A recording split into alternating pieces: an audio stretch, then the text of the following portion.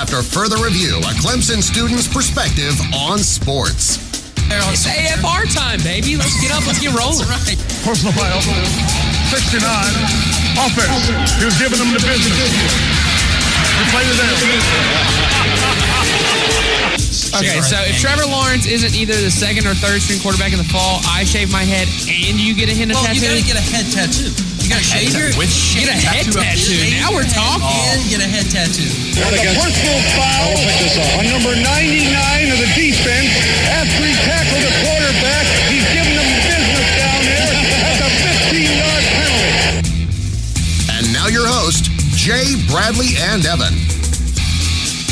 Well, good evening, everyone. AFR is back on your radio. Thanks so much for tuning in, spending your Monday evening with us. Jay Smith, Bradley Kendall, and McDowell, as always, here to talk some college football with you on this fine Monday evening coming out of studios of WCCP 105.5 The Roar. Bradley, we've got a lot on the docket tonight. We're going to talk about Clemson's recruiting class, looking at some news related to the Texas Longhorns, talk a little bit about Ryan Day at Ohio State, some of the expectations for him these next few seasons. And then an interesting couple of articles that relate to how the tide turned on Nick Saban a little bit. Some former players had some scathing remarks concerning what Saban had to say about players leaving early for the draft. That's all coming up in tonight's show. Let's go right now to Bradley after further review. So only one school has won the national championship in both football and basketball in the same year, and that is the Florida Gators. And only 4 schools have actually won championships in baseball, basketball, and football in general, that being Florida, Ohio State, UCLA, and Michigan. The question I have for y'all and for anybody listening out there, which school is it going to be next? We've only seen, like I said, one school ever do it before. And in light of, the national championship game we just saw in basketball recently, I was just curious, do you think we're going to see it anytime soon? It's only happened once. Well, it's not going to happen for Clemson or Alabama. Yeah. I don't see the strides we've made in basketball have been great, but I don't think that's going to happen for the Tigers. If I were to pick a conference for it to happen in, my gut would say Big Ten. I would probably agree. I would think Big Ten. Maybe like a Michigan State? I'm saying Michigan or Michigan State. Michigan football obviously has left a lot to be desired these last few years, as I'm sure you're aware. But I feel like it's going to be... That's interesting, though, that Florida... Was that 2007? 2006, I believe, or 7, one of those two. They went back-to-back in basketball for the first time, I think, maybe ever. Maybe it happened way back in the day, but first time definitely in a while. And then, during the Tim Tebow era, I had a couple championships in there mixed in. So I was surprised. I thought at least once, you think back in the day before they had a lot of colleges, like maybe one school's broken through and won it twice. But I was telling you before, only one school has ever won in women's and men's basketball, and that was UConn. Oh, yeah, well, that was This does not happen very frequently. No, I would really be interested to see numbers on... And I know that actually, I don't know if it's even how you would calculate it, because I'm thinking like college football playoff, or let's just say New Year's Six bowl game, since the playoff is pretty new. So schools that have made like a New Year's Six bowl game, like March Madness tournament, like pretty far, let's say Sweet 16, and then like, the name is failing me. The World Series, College World Series. Yeah, out in Omaha, which is the top 8 teams, right? Top 8 teams every year. I wonder how many schools can claim the trifecta, the triple crown, we'll call it, of sporting championships on the collegiate level. Probably not many. Well, for all 3, it's only been 4. Florida did it. Recently, they were able to claim their baseball championship just a couple years ago. Then Ohio State, UCLA, and Michigan. It happened a while ago. So they made all 3? They are the only 4 that have ever actually accumulated a championship in all 3 major sports. In the same year? Not in the same year, but ever. Yeah, that's okay. Ever. See, I was talking same year. Oh, okay, jeez. Yeah, that's what I'm saying. That's never happened. I know that for a fact. It's never happened. It's only happened one time in basketball and football. Baseball, Florida won it about 10 years after that in 2016. The only school I can think of right now currently would be Oregon. I think maybe because Oregon, they don't have a great baseball program, but basketball and football, they're relatively good in every single year. Yeah. I know UCLA in the past has had good teams for all 3 of those sports. Football, it's been a little bit more of a while than it has been for basketball and baseball. Other than that, though, I think Stanford is a school that comes to mind because they've won. I think the Capital One They won Cup? that Capital One Cup every single year, which is like a culmination of of all of their varsity sports teams' performance, like put together. It's like Capital One has some sort of point system. It also has a lot to do with academics, though. Does it? Is it academically oriented too? I didn't know. That's why Stanford wins it. Yeah, Chapel Hill's up there, Northwestern, some of those big time academic schools. Yeah, but I'm just curious. Yeah, I mean, you saw Florida do it a few years ago. That just kind of happened all of a sudden. Like no one ever really anticipated this ever happening, and then all of a sudden, Florida got really hot in both sports for only like 2 years. So Clemson's men's basketball team made the Sweet 16, not this past year, but the year before. I would say that was unexpected. I was very much surprised. unexpected. Yeah, I mean, obviously, like winning a national title is completely on another level, and Clemson's made strides, but they're a long ways from obtaining that goal. But yeah, I mean, if I were to pick a school that would get it done, I'd say within the next 10 years, it would probably definitely be a Big Ten team. And my gut would say there's only Michigan. been 10 schools that ever won a basketball and a football championship together, which I thought was even more amazing than 4 winning all 3 ever. Usually they don't work in tandem because they're the two biggest money-making sports. So usually you either have a really good football program and a basketball program, or a really good basketball program and a I mean, you look at these schools historically that have been good at basketball: Duke, Carolina, Kansas. Kentucky's a little different now. Football's kind of coming around a little bit. We'll see. We'll see. Yeah, and Carolina, I mean, they had that year a couple years ago where they made a run at the ACC championship in football. So it just kind of is going to have to sustain. It's not sustainable. I mean, like UCLA football was good there in the mid 2000s. And they may have been good previously, just off the top of my head. I don't know how their history stacks up in the decades, but I know they were good in the mid-2000s. And obviously their basketball program was good, when John Wooden was there. So they've both been really good. It's just at different points in history. Does that make sense? Yeah, you've got to have them kind of coexist at the same time. Which is rare. Exactly, yeah. And it's rare, obviously, because, unless you're a really big-time program, like we saw this year with Texas Tech. Chris Beard taking his team all the way to the national championship game. You might only have a 4 or 5 year window for that to actually occur because coaches could leave, players are going to graduate. If Tim Tebow never showed up at Florida, this might not ever happen. So it just kind of all depends how the dice kind of roll at that point. Well, interesting stuff. Let's, I guess, talk a little bit now about the recruiting class for Clemson. Specifically, you wanted to mention the news that came out recently about who was this? This was the trying to find the player that was Reggie Grimes. Yes, so he was basically told they had the roster was full. There was no room in the inn. The door was shut. Yeah, exactly. Like they're telling 5-star players that they're full. And this came out on April 9th. Yeah, not very long ago. I guess the comparison you could use for this, the analogy I would use, is it's like Clemson's kind of in a castle right now. They're on top of the world. They're the kings right now. And there's a big moat around this castle, and no one can get through because Clemson's basically saying, hey, our class is full. We don't have any more spots. And I think, honestly, it's kind of good for both sides because from a player's perspective, you're not getting tricked into coming in and then not playing at all behind a bunch of other 5-stars. Yeah. From the team's perspective, it limits the number of scholarships they're giving out, and Clemson's been known for kind of having a limited amount of scholarships every year that they give out. So it's a funny comparison you made because the Reeves facility literally is a castle and there is a pond surrounding Reeves. So that's a good metaphor there with the castle and the moat imagery. But I mean, I think the reason that this got such big publicity was because this guy is, a top prospect. Yeah. Like, obviously he's heavily sought after by a lot of other schools. And, to basically be told that we really can't, accommodate you here. Like, there's just not enough room on the roster for you. Is just, at least in Clemson's history, it's unprecedented. I'm sure other schools have had this, other schools have done this before, but like, it's not like Clemson's recruit. And here's the really interesting thing that I find when I look at Dabo's recruiting classes while he's been here. He's never had a top ranked recruiting class. Mm-hmm. In last year, in 2018, we were 5th. And then 2016, we were 9th. So top 10, and we're usually about top 10, top 15, but we've never, been like one or two or three consistently. And we're currently second right now for the class of 2020, and it is still early. I think the amazing part is how quickly Clemson's class has kind of been developed. I mean, we've seen recruit after recruit after recruit, 5s and 4-stars, all start to commit to Clemson, and it's still relatively early in the recruiting process. I mean, like this guy said, it's only April 9th, and we're already telling guys no this early into the process. So it'll be interesting. I think, this probably got a little bit overblown because, this was just one guy, and it happened to be in a position that Clemson's really deep in.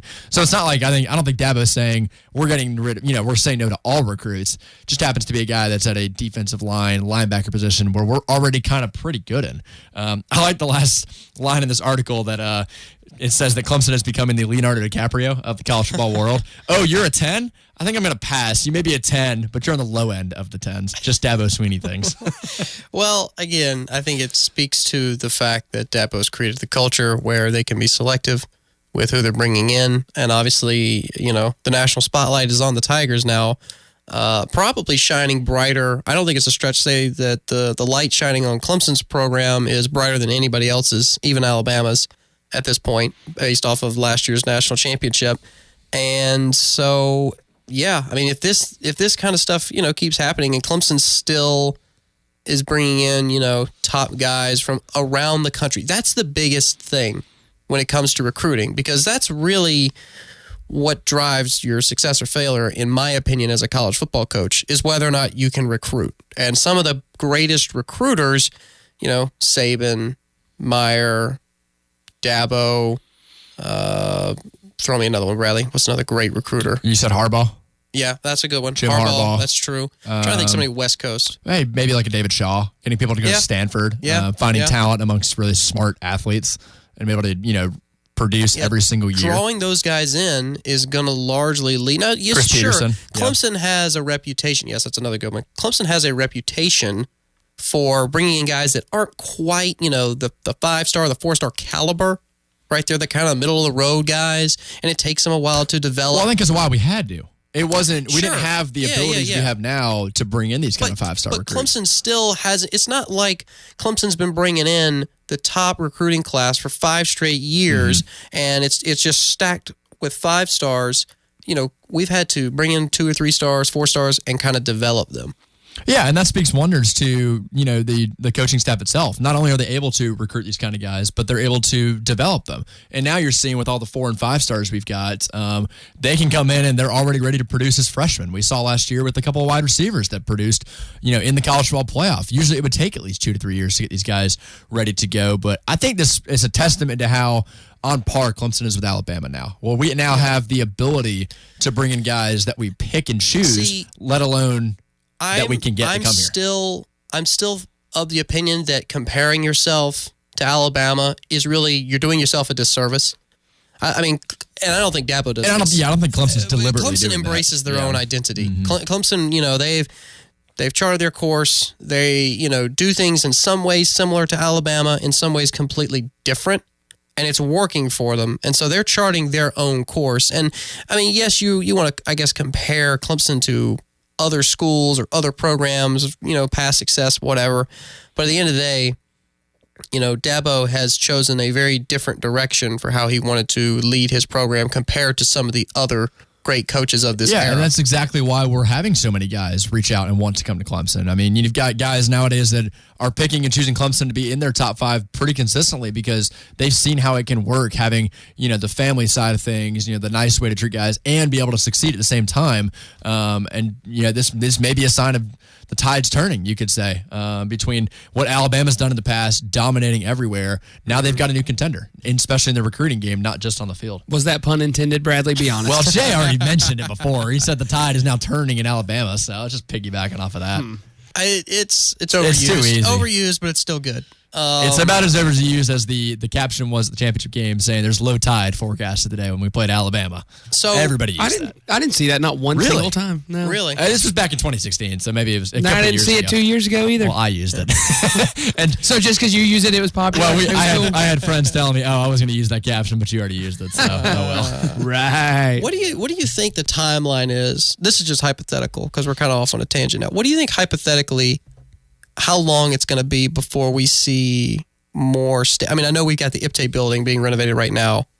that connects to the stadium. That'll be finished, I believe, in the fall. You think they're going to expand the Oculus and the West End Zone? You think they're going to put seating? Because they've talked about adding more box seating, but where does that go? I could see it. I definitely could, because it seems like every single year since we've been to the national championship game in 2015, we've seen growth somewhere, whether it be the Reeves building off campus, whether it be the Oculus, renovating things on the field, things in the recruiting building, the IPTE building. Yeah. I think it's inevitable that it's going to happen, whether we like it or not. Clemson can say all they want that, we're going to keep things the way they are. It's tradition to keep that side of the field without too many seats. But once the money starts pouring in, we're going to be tempted to start building. They won't touch the hill.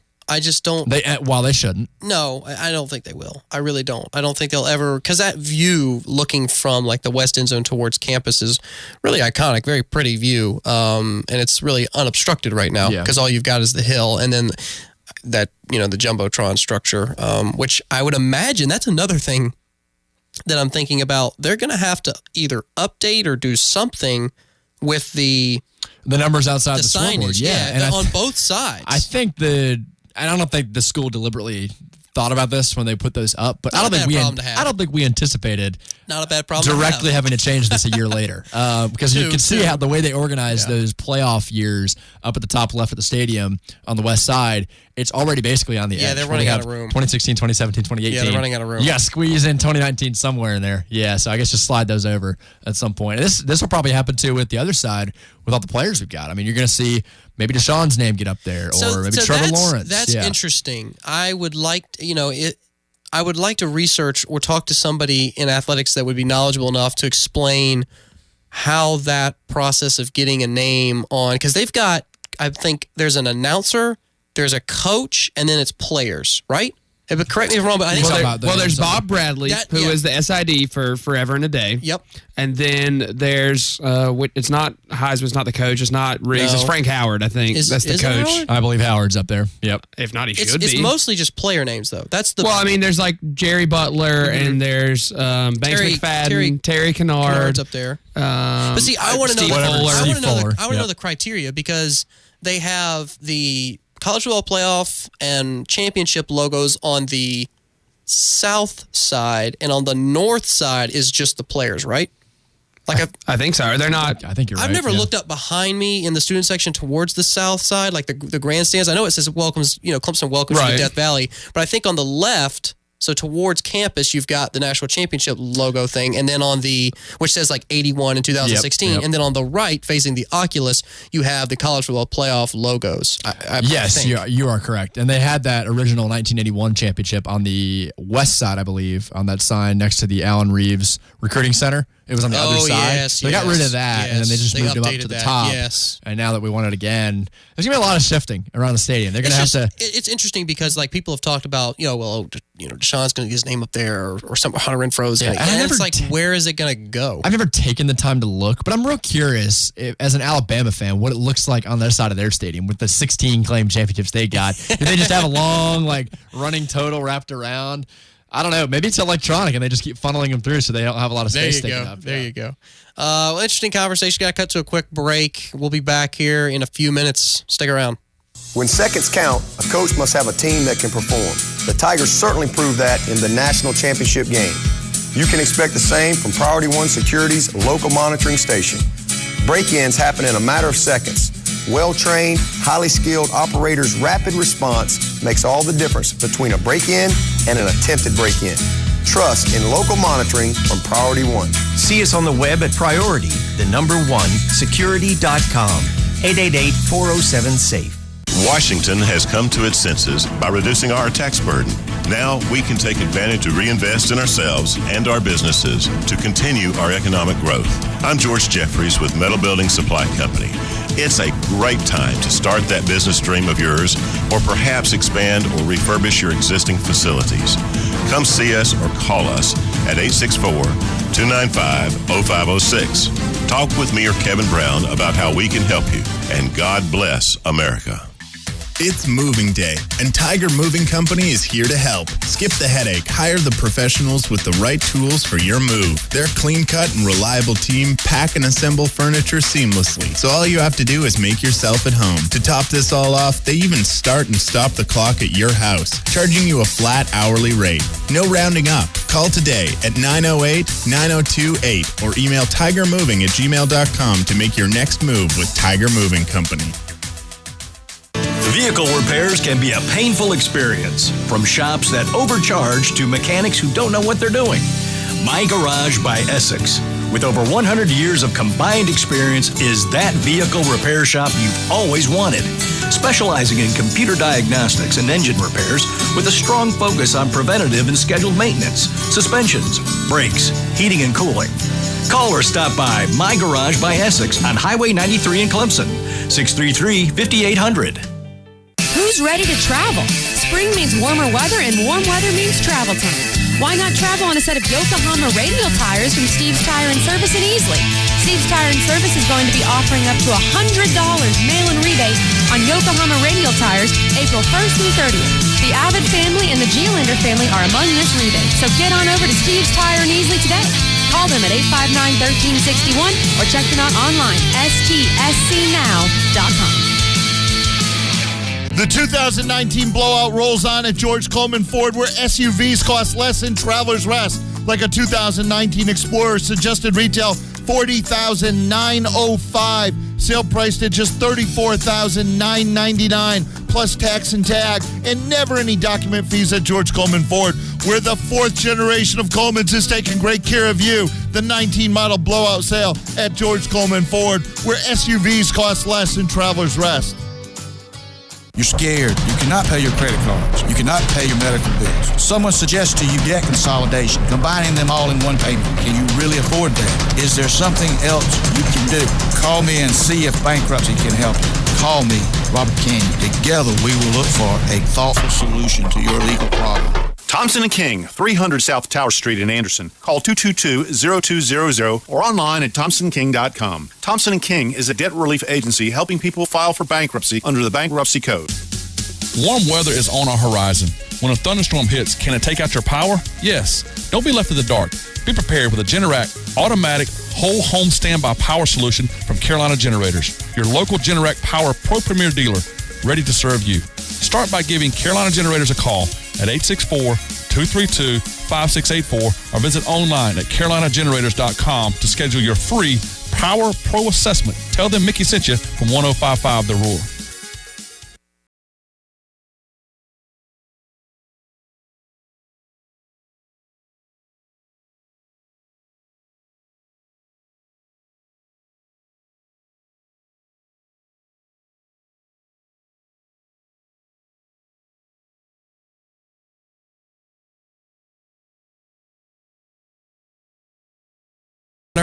Kind of went off on a tangent. First, we were talking about recruiting and turning away 5 stars. That transitioned into how you get your name up on the stadium.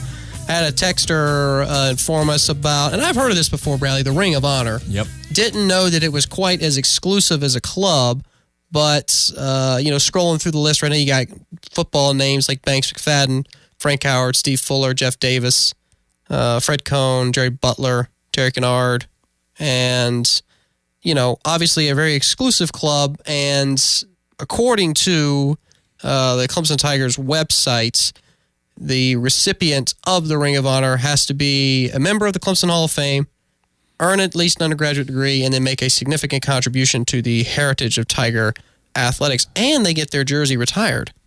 Which, so you got to be somebody. Kind of, but like Steve Fuller had his jersey retired, and then Deshaun wore it. Kind of borrowed it. With Fuller's permission. Exactly. That's the thing. It's like it was quote unquote retired, but it really wasn't, because in a lot of people's minds. Well, that was like how when the number 42 was retired across all of baseball, Mariano Rivera still wore it till the day he retired. Well, you know why? Because he was still in the league when they officially. Yeah, I know. But still, okay. Again, and I understand if you are someone who grew up let's say 1990s, you're probably more familiar with Steve Fuller than the majority. The majority of people on Clemson's campus, when they think of the number 4, they think of Deshaun Watson. They don't think of Steve Fuller. Well, these days, but a majority of Clemson alumni, and I'd say a majority of Clemson fans, hopefully, probably know who Steve Fuller is. Yes, but still goes back to the whole point of the jersey being retired.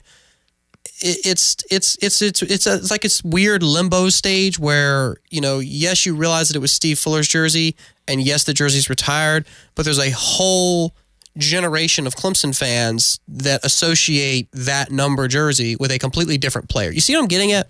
Well, but I don't see the reason why he couldn't wear it though. Like if this was happening like consistently, it might be a little weird. But I'm just saying, is the jersey ever really retired? Is that really a thing? Yeah, absolutely it is. I don't think anyone else is going to try to wear the number 4 now. I mean, even after Steve Fuller did it, Deshaun Watson, I think, cemented 4 as a permanent retiree. But see, that's the thing. It was not retired for Deshaun. It was retired for Fuller, and then it was brought out of. If Clemson 20 years that was a special scenario. Name me one other Clemson jersey that's been brought out of retirement. Let's say 20 years from now. Answer my question.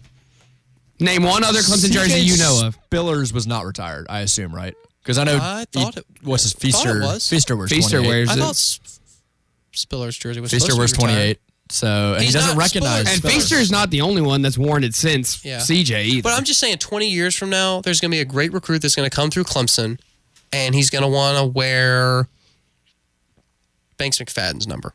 And Clemson's going to be like, okay, but you got to get permission, or you got to wear a patch, or whatever. And then it'll be a little tougher to get permission for that one. Yeah, I think you got to be somewhat recognizable, first off. I mean, the fact that Deshaun borrowed number 4 was a very unique situation. So he lived up to it, too. So you think Deshaun got the number 4 jersey just because of how hype everyone There's got to be some. There's got to be some talent? connection there. I doubt that he actually went up to whoever was representing Fuller at the time and just said, "Hey, do you mind if I borrow 4?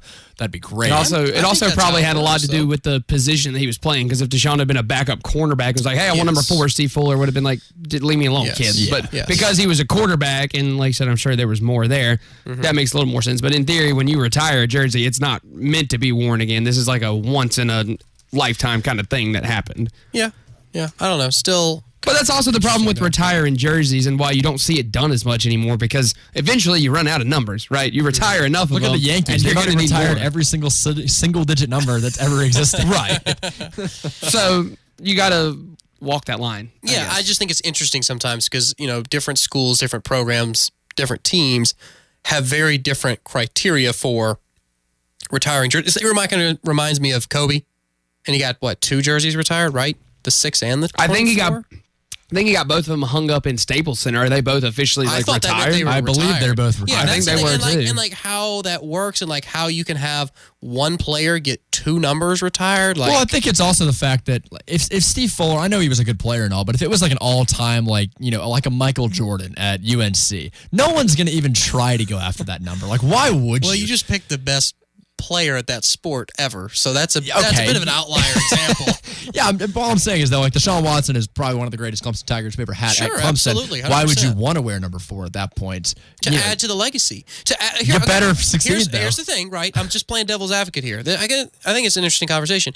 You come to Clemson, you're a highly touted recruit, you feel like you can lead the team to a national title or whatever at some point in the future, and you want to carry on the legacy of Steve Fuller and Deshaun Watson, and you want to wear that number 4 and you want to make them proud. I think that factors in to what number you pick. I really do. It is interesting because I'm reading an article about this story and how it kind of develops, and how Deshaun called Steve Fuller and asked him personally if he could borrow the number. Yeah. And he said, "Let me ask you this: can you retire one number twice?" This was from former offensive lineman Jeff Bostic, who blocked for Fuller, because I'm telling you, this kid is pretty good, referring about Deshaun Watson. Yeah. So I think if you're going to try for this, you better know in your heart and in your mind that you're going to be an all-time great player by the end of your time here at the school. So okay, let's play a little game here. If you were in charge of retiring one number on the roster right now, which one and why? A current player or just a number in general? Let's just say a number that was worn by a player in our time here, our 4 years here. So it could be anybody that just graduated, like, Farrell or whoever. See, for me, this is an easy. I want to see what y'all would say. For me, this is an easy pick. This is a no-brainer. I would say Hunter Renfrow, but the story with the number 13 being passed down so many times to a white wide receiver who ends up being really good, just kind of the way that works out. I'd say that's a cool little legacy thing where you shouldn't retire the number 13 to keep that going. I think eventually we're going to be saying number 16, but since we're only in year one of that, I think we can't go quite that far yet. It is interesting, as you're talking about that, it is Jackie Robinson Day, and I'm looking up here on the screen, and they're all wearing number 42. It's throwing me off a little bit. Other than that, it was weird seeing number 90 worn by someone other than Dexter Lawrence, and I guess you could even say for Christian Wilkins, number 2. Sure. Yeah. At 42. Yeah. If I had to pick one, in light of Jackie Robinson Day, let's go 42. Oh, my goodness. I feel like that was a bit of a cop-out answer. So you retire Christian Wilkins' number? I would do that, yeah. Evan, you want me to go? You go ahead. I want to see what your answer and your thought process before I tell you what mine is. Because I'm thinking it's going to be pretty different. So mine, I don't know what kind of reaction I'm going to get here. Because I was going to go with the obvious, do you ever know what kind of reaction you're going to get from the two of us? Yes. Bradley, I can read like a book. I've lived with him for 4 years. I know exactly what the man's thinking. Bradley, stop being so predictable. Why don't you? I'll just look really mad at you every time you say something like that. I was going to go somebody like Renfrow that would be kind of the obvious choice. I'm going to go out on a limb here. I'm going to say number 10. Really? Taj Boyd? Boulware. What? Really? Because, just hear me out here. Just hear me out. Because you like his tattoos? No. Because you want to go to his new gym? I felt like because he was a local guy, right? He's from Anderson. Suck up. He grew up here. He's from the area. Really passionate about, didn't he walk on? Thought he walked on. Maybe. Did he didn't get a scholarship. Maybe he did, but I thought he walked on initially. He tried to walk on the Panthers. But because he was, like a local guy, made the team, became part of that first national title in 2016 since 81. I felt like, and obviously Taj Boyd was a great player, and I don't discount anything that Taj Boyd did here in his 4 years at Clemson. Like, phenomenal quarterback, set the stage for, even better players to come through after he left. But I just think the whole story behind Ben Boulware is really special. And for those reasons, I would pick the number 10. Maybe, I guess, honestly, whenever I think of 10, I think Evan and I can agree because we just literally said it. We thought of Taj Boyd. And we didn't think of Ben Boulware at the time. I mean, when I think Why? Do you think that's because Taj is a more visible position in quarterback? Or do you just think that's because you thought Taj was... Oh, well, I thought, he was probably a better player at his time here at Clemson. I mean, Boulware's a good player, don't get me wrong, but I think 10... And he did get a texter texted and clarified he was a 4-star and he did get offered. Okay. He just played like a walk-on because he had a chip on his shoulder because everybody his entire life told him he was never big enough, strong enough, fast enough to be a linebacker. I think that story fits the Clemson narrative better than a lot of the players that have come through. It's kind of that, nobody believes in me. Like, everybody said that I probably wasn't going to be able to do this, kind of ideal. I think that's why maybe I'd pick Christian Wilkins, because I think, all bets aside, Christian Wilkins was not only a huge fan favorite, not only a really fantastic player. Boulware wasn't a fan favorite? He was, but I think if you had to pick one between the two, I'd probably think Christian Wilkins was a bigger fan favorite out of those two. And the fact that he came back. I think that alone right there cemented him as an all-time great player because he came back and won a championship. He was kind of the vocal presence in that locker room for that entire defensive line saying, let's come back and do something special. So you think that it's more of an offensive, because I still would go like guys like Farrell, even Austin Bryant, I feel like. I mean... Yeah, when you think of 7, though, do you immediately think of Austin Bryant? I mean, it's got to be like instantaneous. Do you immediately think... I mean, who else do you think of? Mike Williams. Oh, that's true. Yeah. See, I'm thinking Mike Williams. You got, Nuke. Yep. At wide receiver. He was 6. But you've had that's the thing about wide receiver at Clemson. You've had so many really good wide receivers come in that it seems, redundant to be retiring a bunch of jerseys. And I'm just pulling it up just to make sure I've got it right, and I know I do. How about number 2? Sammy Watkins. I mean, all-time great player. Yeah. Do you really see anybody else wearing the number 2 right now that is a phenomenal player? I don't think I haven't really thought of one since. Whenever I think of the number 2, what do you know what I think of when I think of Sammy Watkins? And it gives me chills every time. The play down the field at Georgia. Oh, my gosh, man. When Georgia had that huge run with Gurley, I think, did we score first? And then they tied it? And then the throw from Taj to Sammy where Sammy kind of bounced off that defender and then shot towards the end zone. Wasn't that when we went up 14-7? I think it was 14-7 at that point, yeah. But if you had to make me pick a number, I'd go 42, but I think the second choice would be number 2 with Sammy Watkins, because that's like instantaneous. Texter makes a good point. Mitch Hyatt saying most snaps in history. That's a legit, But again, like it's a offensive lineman, so like it's a little bit different. I know he's an all-time great Clemson player and all, but do you think every single person when you say Mitch Hyatt knows exactly what number he is? I mean, let's be honest here. Like, we know because we've watched him for so many years. But still, I think it's Deshaun's 4. He's an underappreciated. Guys on the line are underappreciated. I'm not saying they aren't. Yeah. All right, well, let's go to the phone lines now. We've got Cheese Whiz on with us this evening. How are you doing tonight, man? Hey, I'm doing good. How about y'all, man? Can't complain. What you got for us? Yep. Hey, love the show, man. Love the show. Just wanted to say that first and foremost. Y'all were talking about retiring numbers, and then y'all got off on a local thing and was talking about Ben Boulware, and I can't help but think number 6, man. You got Nuke doing it big time right now. In my opinion, one of the best receivers in the league, and I think nobody deserves more to have their jersey retired. I mean, the guy's a phenom. He's tearing it up in the league, and he's a hometown great. So right around the area in Clemson. So I just thought I'd throw that out there. Yeah, Wiz. I mean, I think I like that one. That's a good point. I think it's a pretty open discussion, honestly, about what should quantify like how you get your number retired. And obviously, like your performance in the professional leagues certainly would play a role. But other guys, that have been mentioned, the text in a few minutes ago about Mitch Hyatt having the most snaps. I think it's all good points. But yeah, with Nuke and Boulware being local guys, I think that adds, a special element to their story and their number. And this just shows how many great players we've had, because we were throwing out like 5 or 6 different numbers that could potentially all be retired.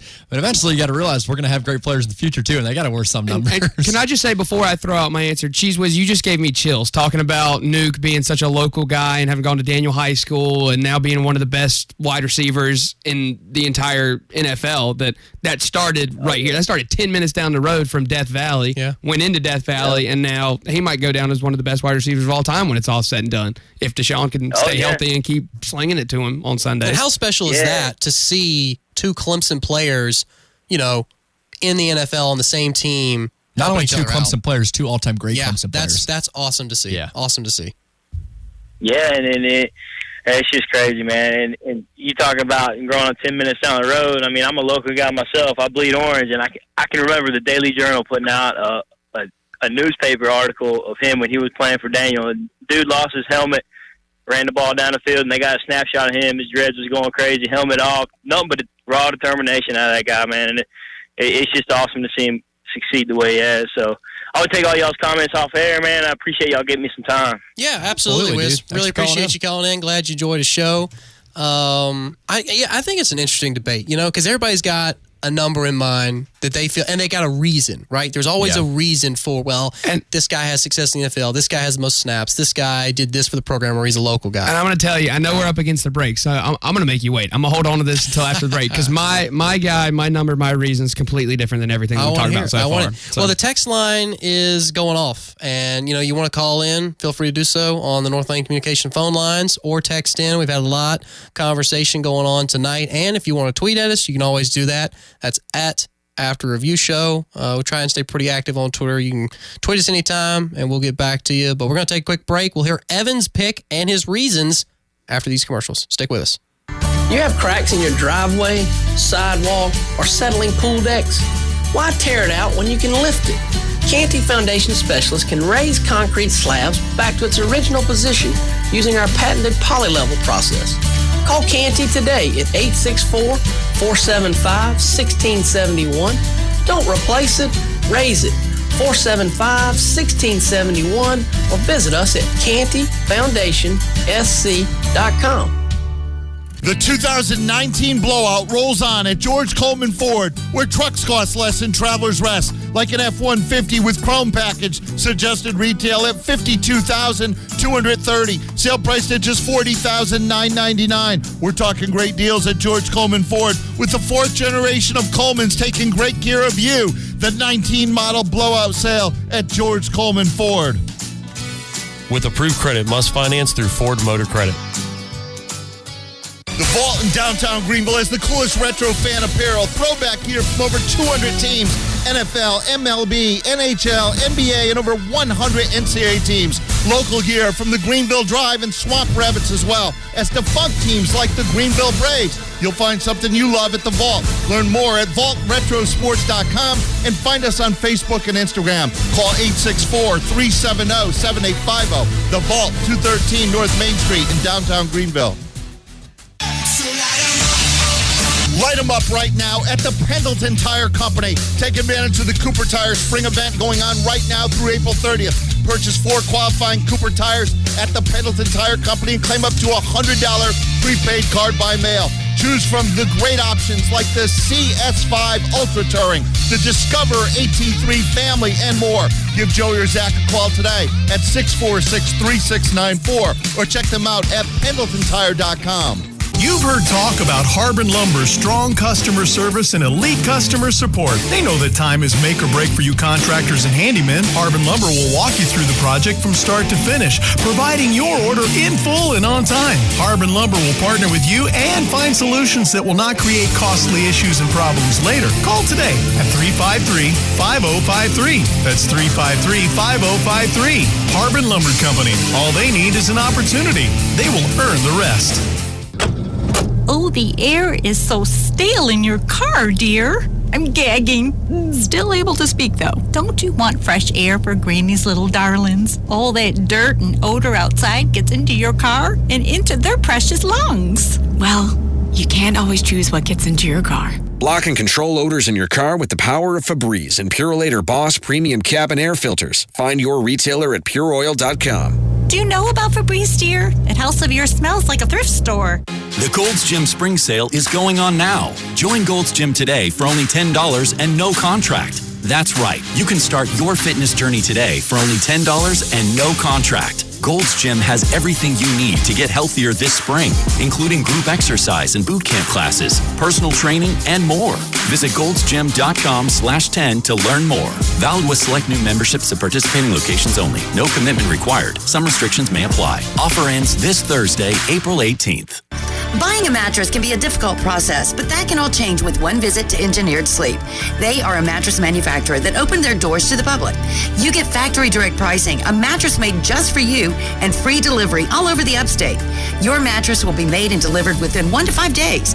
It is always great to buy local, but when you buy from Engineered Sleep, you are truly buying from the best. Their showroom at 627 Congaree Road in Greenville is open Monday through Saturday. Sleep like a champion with your Engineered Sleep.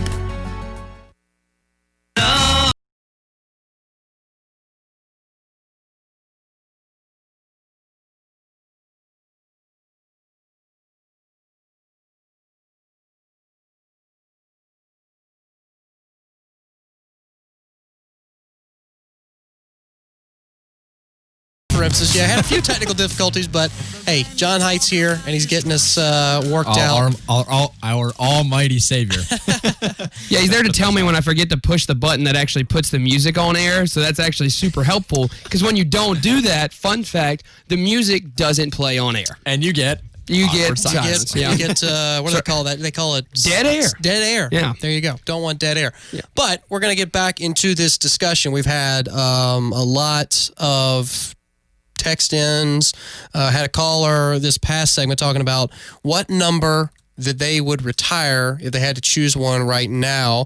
Evan was going to get to his, but we had to cut to a break. So, Evan, you have the floor. I can't wait to hear this argument. Okay, yeah. So my pick goes with a couple of different themes. Number one, it sticks with the let's keep it local theme. This guy is from Easley, went to Easley High School. Is he recent? Yes, very recent. But the reason that you retire somebody's jersey might not just be because of their talent, might not just be because of their impact off the field, but also might be because of what happened. And that's why I think you retire number 27, C.J. Fuller, who tragically passed away not long ago after complications from knee surgery. He was a part of kind of the beginning of Clemson's national championship success, was there in 2016. I believe he was there in the playoff appearance the year after that. And because he did contribute to that success and because it was such a tragic into his young life, and I think that really did kind of impact the Clemson community and of course the Easley community. Again, being local, I think that had a pretty serious impact across all of those kind of territorial lines, and so that's why I think if you're going to retire a jersey, it better have a good reason behind it. And I think that's a pretty darn good reason to make sure nobody wears 27 ever again. So Not a bad one at all. That's why I would go with C.J. Fuller. I don't know if I'd go as far to say the jersey should be retired. Maybe like a name recognition on like a building or something like that around the stadium. Well, so Ty Lucas. But I see where you're going. Ty Lucas is wearing 27 right now, and he's a freshman running back. So you could do some sort of commemorative patch or some sort of insignia on that jersey. I like the idea of you retiring it, but I also think that you could still wear that number in a way to honor his legacy. I'm sure, they would be able to come up with some sort of tribute to him. Yeah, I mean, I know a jersey retirement is a lot for, and obviously C.J. Fuller was also here at the same time as like Wayne Gallman and overlapped a little bit with Travis Etienne and a lot of other talented running backs. So maybe he didn't get the playing time that he deserved from a talent perspective. But I think his impact as far as, the type of player he was in the locker room, he had, it was in that 2016 national championship, had that big kickoff return that sparked that last final drive that ended up winning the game. Without that kickoff return from C.J. Fuller, that drive might not make it to the end zone. We might not win that game. So the impact that he had, regardless of if he was the most talented running back on the roster, you can't argue with that. And so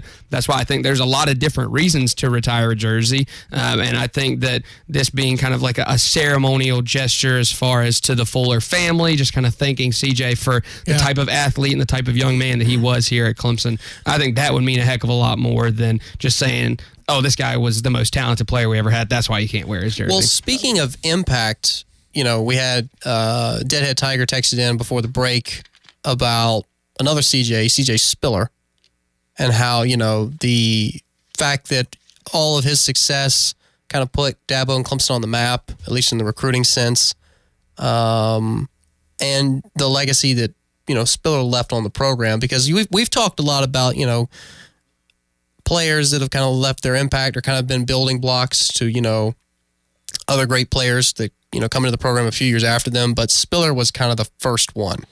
That's kind of where I like your number 10 idea, because outside of football, Taj Boyd has had a tremendous impact on the university. Whether it be still continues to do so. Still continues, whether it be Give Day or, just locally being in the area, supporting the Clemson, South Carolina area. And then on top of that with Ben Boulware, the two great players that you've got. Once you've got one guy come in that's great, you start to consider it. But when you have a second great guy that comes in and wears that same number, then it starts to be, do we continue this legacy or do we just shut it down because it's already cemented as awesome? Giving back to your community, I feel like is really, I know we had somebody mention Nuke earlier, and I think it was Cheese Whiz said that his reasoning was, the success he's had in the NFL. And I'm not discounting that as a reason at all. I'm just saying that you look at the community impact that those two players, I think carries a lot more weight. Yeah, Boulware and Taj have had. See, and that's where I would argue with the two of you, I think, because I think a jersey retirement is meant to be something special to an individual, to say, hey, you wore this, you did this, and that's why we think no one else is going to live up to those standards. If you have a number like 10, where two great guys both did really great things in really different ways, I think that makes that number special in a different way, in that let's not limit the number of people who can wear this, but let's see who the next great number 10 can be. Yeah,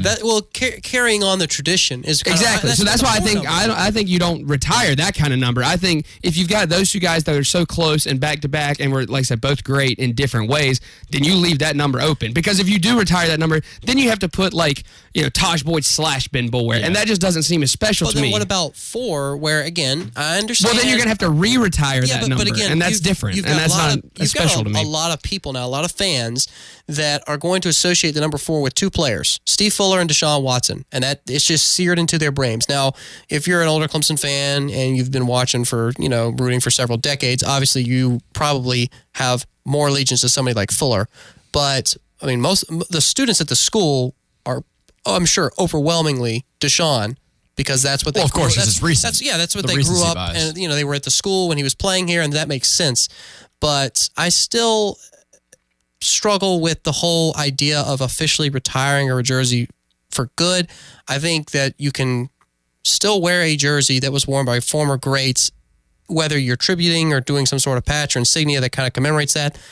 That's open to interpretation, but you should be able to continue the tradition of greatness associated with that number. One day, if Trevor Lawrence wins another national championship, one day there will be quarterbacks who come to Clemson and they want to wear 16, and they want to carry on the legacy and the tradition of who Trevor Lawrence was and all the success that he brought to the program.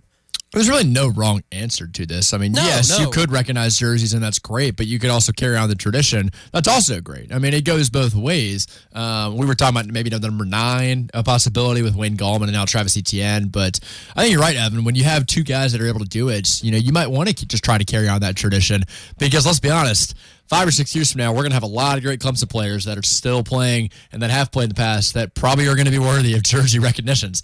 Like Frank Ladson, number 2 right now. We talked about with Sammy Watkins being number 2 as well. Ladson's number 2, and from what we've seen just in the spring game alone, he might end up going down as a great player as well. So with the state that Clemson's in right now, I don't really find the need to maybe take out a jersey. I guess like I said, we got to have a lot of guys funneling through in the years to come. If I had to, we got a few minutes left here in this hour one. So to close out this hour, I want each of us to pick a special teams player.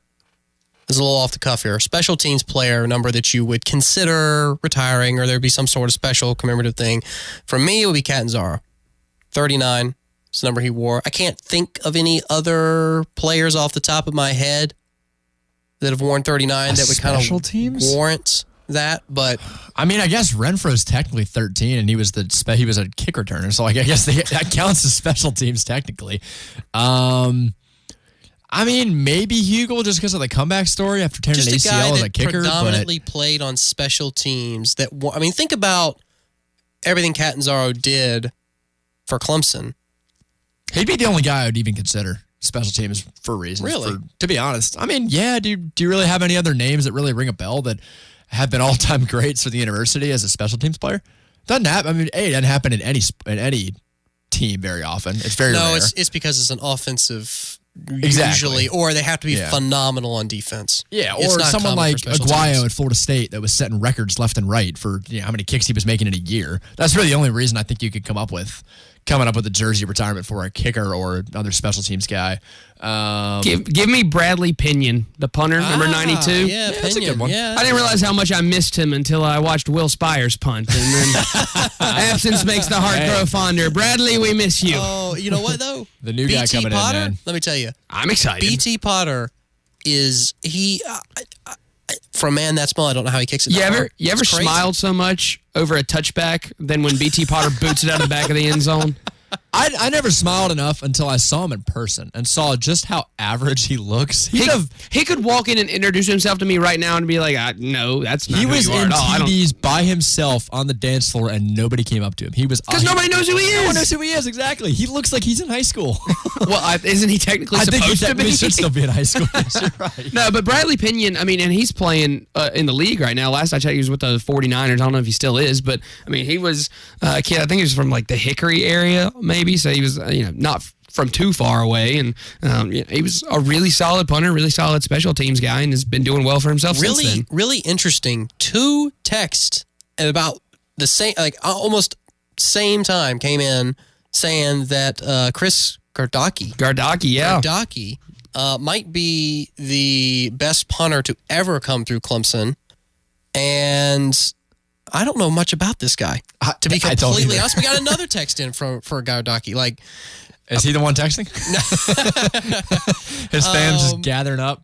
I'll tell you what. Oh, go on. Well, I was going to say, he was here from 88 to 90. So he declared for the NFL draft after his junior year. If you're a kicker or a punter and you can leave after your junior year and get drafted, that says a lot. So he was a 2-time All-American. Wow. All-American as a kicker. And he was a 3-time honorable mention All-American as a punter. He finished in 1990. He was 4th nationally in punting, tied for 4th in place kicking. It's the 2nd straight year he finished in the top 10 nationally in both categories. The first player in NCAA history to do so. In 1989, he ranked 6th in field goals and 10th in punting. He averaged 43.5 yards per punt. That's booting it. That is down the field, man. That's turning around that kick returner a pretty good bit. Yeah, he had a career-long, 78-yarder in 1990, which is 3rd all-time in Clemson history. He had... We also got a texter getting in saying he never had a punt blocked, ever. My goodness. Which I think would probably also speak to how well his line probably. I mean, you have to get the punt off in an amount of time. I mean, it definitely is mostly on the punter to not get the punt blocked, but the fact that the line could help him out there too. Very interesting. I honestly had never heard of Gardocki. And watch out. Had you not? No. You Maybe had? once. Yeah, I'd heard of him. I'd heard the name. That's a name you don't really forget either. Gardocki, there's not very many of those. But I had heard, and obviously, again, before my time, so I never watched him, especially as a Clemson student. But that was a name I think probably as I was younger, maybe watching the NFL or having been around Clemson, was a name that I had at least heard. Yeah. It makes me think of Martin Gramatica. It's just a name you don't ever forget once you hear it once. Yeah. And I'll tell you what. Watch out for Aiden Swanson. I know he just came in. He's a freshman. He's a punter. It's a lot of pressure to be putting on that kid. Yeah, Dude, I'll tell you what, though, man. I saw him, those highlight clips of him in the practice facility punting and hitting the ceiling. This kid's going to be good. You know, he's going to be a force to be reckoned with in a year or two. Maybe not an all-time great, but still could be a good punter. I love it. We've spent an hour talking about jersey numbers getting retired and all-time great punters. You can tell it is the off season, and we are desperate for some football when we're talking about, dude, this kid's going to be a great punter. Oh, man. Because you know what we don't talk about in September? How great that kid is as a punter. I'll tell you what. Hey, you were just saying you're desperate to hear good kicking and good punting after so many years. I'd pay $10 to go in Death Valley and just watch him punt it back and forth for 30 minutes. That's how desperate I am for some football feels right now. So long ago, but hour 1 is done. Hour 2 is coming up next. Don't touch that dial. Don't go anywhere. We'll be back after this commercial break. And now back to After Further Review.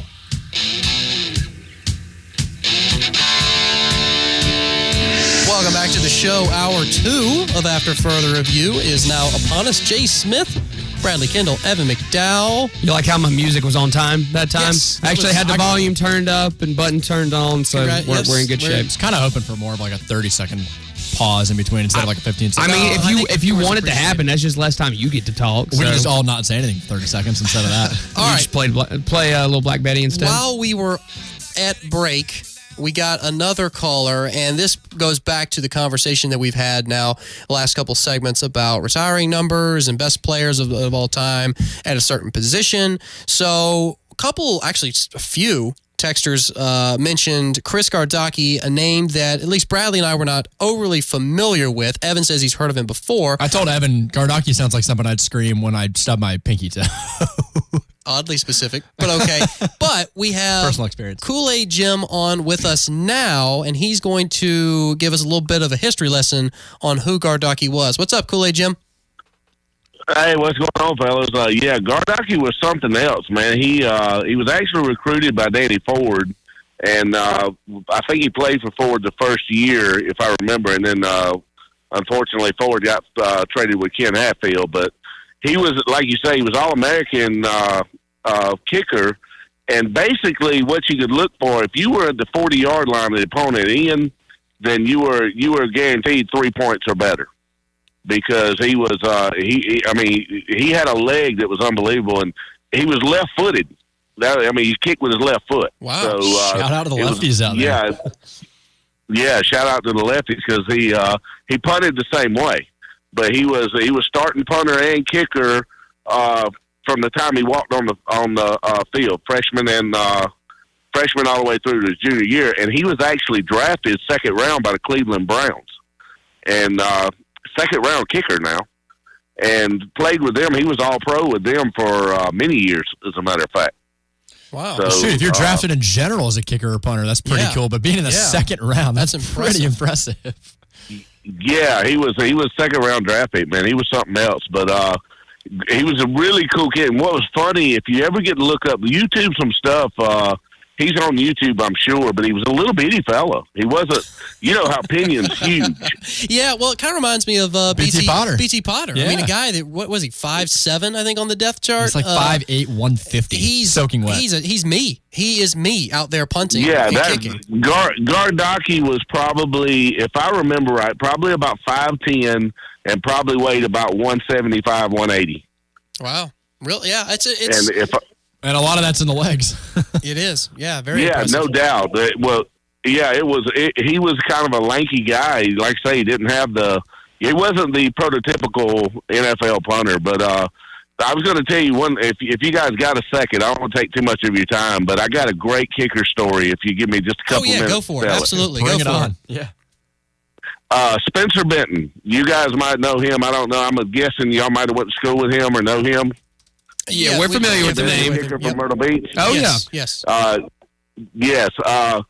I actually met him at a practice. Y'all were talking about Taj earlier. I got to know Taj's dad, and I actually met Spencer at a practice, and then actually spoke to him after a game, found out his parents was tailgating near me. So got to know him real. I mean, it was really, really cool. Great young man. Introduced me to his friends and everything. It was really cool. Next week at Tiger Walk, the Florida State game, I'll never forget it. I'm there, and I'm standing there, and he's walking straight down, and I look up, and he's got his arms stretched out. So I grab him, give him a big bear hug. I'm like, that's right. That's my boy. He's my man. That's right. Yeah, man, we got this. And he looks at me and says, dude, I need to hug my mom so I can go in. She was standing right behind me. I kid you not. Oh, man. Oh, dude, it was awful, man. I was like, oh, gosh. His dad ragged me for the rest of the year. And he was in tears. His dad was standing there in literal tears. His mom said, it's all right, I'll share him for a second, but I need to hold him right quick. Oh, Mother man, always gets priority. Yeah. It was, oh, man, don't you know? But yeah, that was, he was so, and I was so proud of him. And, you know, he was 1 for 1 in his career. Wow. I Did didn't you know guys that. know that? Man. No, I didn't know that. He broke the ACC record. He hit a 60-yarder against Wake Forest at the half.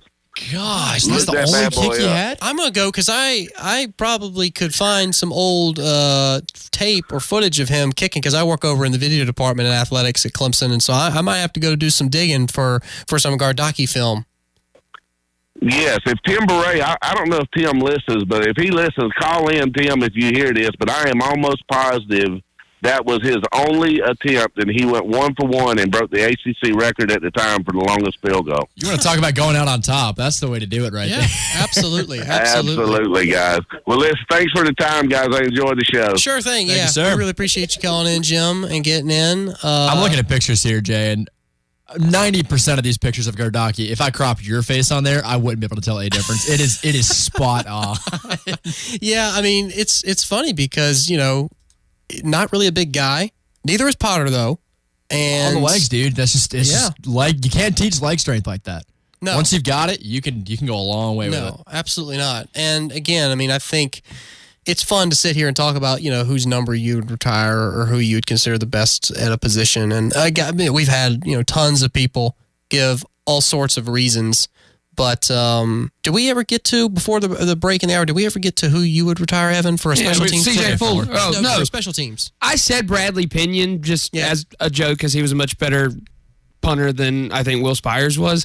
So did you not pick? I mean, that was who I said. But did you not pick Gardocki because you just didn't know enough? Okay, you've heard his name, but you didn't know. Yeah, and I'm pretty sure I've seen a highlight or two because I remember seeing the left foot, and it always throws. I mean, I'm left-handed and left-footed, and it still throws me off when I see somebody else that's left-handed and left-footed because as a lefty living in a righty's world, everything I see is right-handed. I'm with you here. Yeah, I know. You feel my pain. It's the weird time of the day when we're the majority in the room as lefties. Only the three of us. I think it's what, 2 out of 3. 10% of the population's left-handed, something like that. I think it's less than that. I think it's maybe around 10%. Yeah. And so that's why over the weekend, even though I think it was good for golf and I think it was great Tiger won, I'm pulling for guys like Phil Mickelson and Bubba Watson and those guys who shank every shot, but it still works. I could spend so much time talking because Bubba just can't keep the ball in play off the tee. Bubba's hilarious, though, man. Him. He was out there. I mean, you want to talk about a chill dude on the course. Like, you picture yourself out there on Amen Corner at Augusta, just playing in front of thousands of people with a lot of money on the line. Bubba was out there, chill as could be, laughing with Jason Day, not a care in the world. He's only 4 back in the Masters and finished like 3rd. It's like he'd done it a million times he before. had a great charge there. I think he had like a stretch of 3 holes where he was 4 under. I think he eagled 13. Bubba's honestly better out of the rough because he can just hook it around those trees and get it on the green. His ball shaping ability is second to none, and I mean it's an art. It's truly remarkable. Before we go too far down this Bugs Bunny rabbit hole, Space Jam reference. There's a golf thing in there in case you don't get it. Who's more back, Tiger Woods or Texas football? Debate. Tiger Woods. Texas. Yeah, you want a Sugar Bowl. Cool. That's great. Okay, cool. Okay, hold on. Worst take I saw on Twitter about this whole Tiger Woods Masters thing.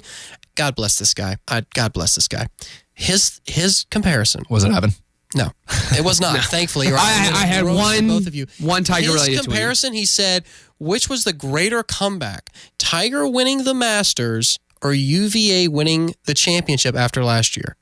And he got demolished.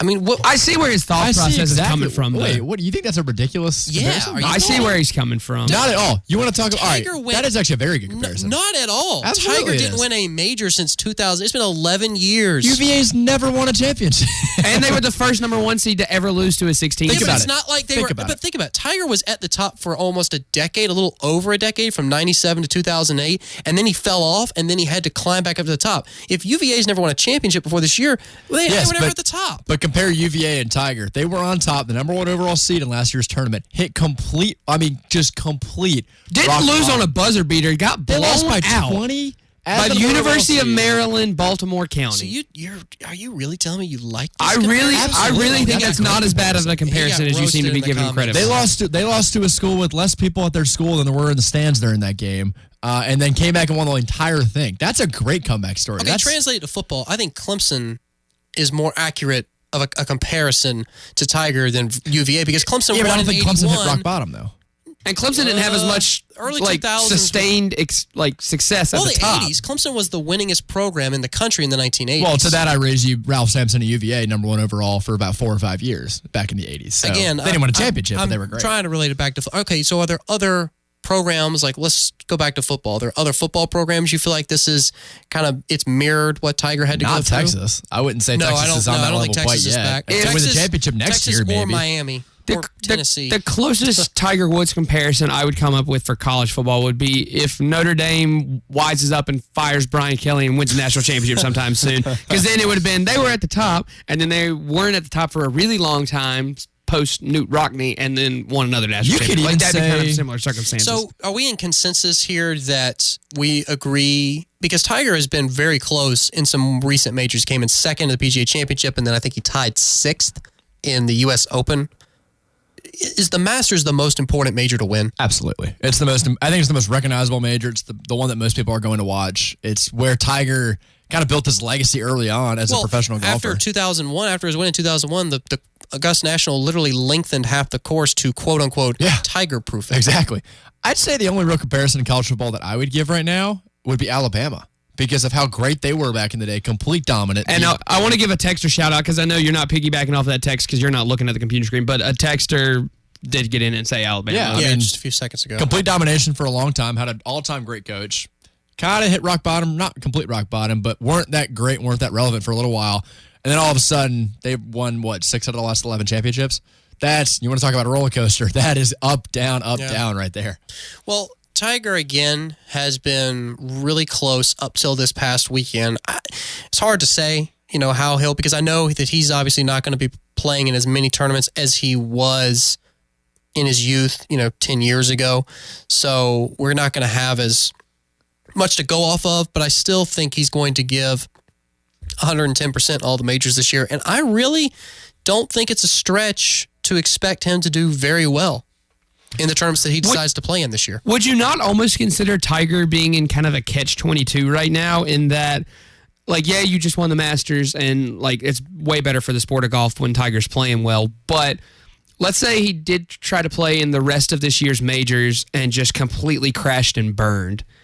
As opposed to maybe if he didn't decide to play in the majors, take some time off, step away, maybe be with family or, maybe even recuperate a little bit since that's the, that's the worst idea he could possibly have, to step away while he's currently top of the world. But if it's best for his mental and physical and family health, I don't think Tiger has any issue anymore stepping away from golf. I don't think so either. I think now that he's done it, I think he can do it again. I think he realizes now that he's won his 5th green jacket, he, I guess, for lack of a better term, completed the comeback that so many people... That's what I'm saying. This could be the top of the mountain. So many people thought... I mean, really, this could be the culmination of his career. It could be, but it's not. Because look at... But how do you... But you don't know that yet. Look what Michael Jordan did. Michael Jordan won, 3 championships in dominant fashion. That's like Tiger... But basketball's a team sport. Yeah. Golf is an individual sport. That's completely... Because if Tiger goes out there and bogeys 3 in a row, he ain't got Scottie Pippen picking up a rebound for him. No. I'll tell you what number Tiger's chasing right now is 18. Not just because of the number of holes in the golf course that he had to make it through yesterday to win. I hear what you're saying. But to pass Nicholas. But no, Tiger is chasing 82. because 82 victories on the PGA Tour is most all-time. Sam Snead set that record. Tiger just got to 81. See, I'm going to be completely honest. I didn't even know of that number until today. Yeah, but 18 majors, that means that he's got to win. I mean, he's got to win 3 more. Previous 20, since his... It's not like he's one back right now. It's not like he's one behind Jack Nicklaus. He's got like 4 more to win. He's got to win 3 just to tie the man. He was 0 for 28 in his past 28 majors before the Masters since his last major win in the U.S. Open in 2008. So if you had to make a bet right now, do you think he passes 18? No. You wouldn't think he does? No. I think he at least gets the 17. And we did get a texter in that said, and we're talking about this kind of catch-22 of does Tiger try to stay at the top or does he not even risk it? And says, what if he won 5 of the next 10 tournaments? I said, that's what I'm saying. How crazy would that be if he did stay sustain the success? I'm just not thinking it's likely. Tiger has won tournaments. The one that comes to mind is like the Arnold Palmer Invitational. He's won that tournament like 7 times. It's basically his tournament. Yeah, and so he's won on the PGA Tour even in the years that he was kind of off. Now, there was a stretch, I think, from 2013 to 2016 or 17 where he didn't win at all because he really wasn't playing at all competitive golf. But he still won tournaments on the PGA Tour. They just haven't been major tournaments. That's actually something that my golf game has in common with Tiger. I didn't win any tournaments in those 3 years either. So there you go. There's hope for all of us, I guess. It's like the Blake Bortles page comparison with the Blake Bortles never lost the Super Bowl. Never won. He hasn't. Never won one. He has less career Super Bowl interceptions than Tom Brady. See, if I'm Tiger, man, and so do I. I want to come back and get back to form that I had a long time ago. But do you think it's actually possible, though, or would it just be wasted time and effort? And I think it's way more possible now than it was a couple months ago. So Tiger had he had a 5-year gap. So 2013 to 2018. Had a 21-year gap. He had, and the thing 22. is, if Tiger wins one more tournament, he's going to tie Sam Snead's all-time record of 82.